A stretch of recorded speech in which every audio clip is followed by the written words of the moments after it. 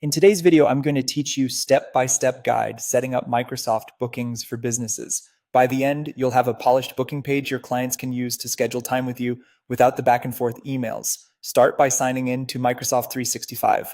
Open the app launcher, the grid icon in the top left, and choose Bookings. This takes you into the Bookings home where everything lives. From here, select Create Booking Page to start a new calendar your customers will see.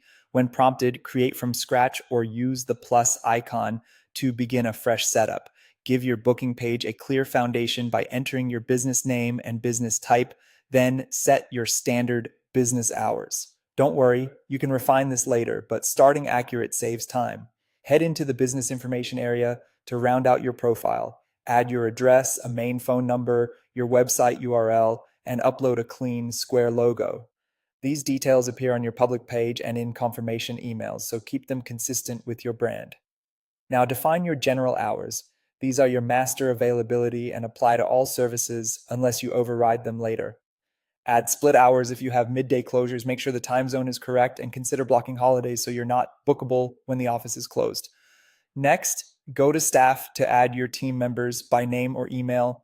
This lets you assign bookings to the right people. For each person, confirm their working hours if they differ from the default so your availability reflects reality. Still, on each staff profile, turn on the option that lets events on their Office 365 calendars affect availability. This prevents double booking when they have personal appointments or internal meetings marked as busy. Assign appropriate roles so permissions are clear. Choose who can manage bookings and services, who can only view, and who can help with scheduling. Setting this now keeps your calendar secure and organized. Create your services with clear names and descriptions. Set pricing if applicable. Choose the duration and add buffer time before or after to allow for prep, travel, or wrap up. Decide which staff can provide each service to control who appears as available.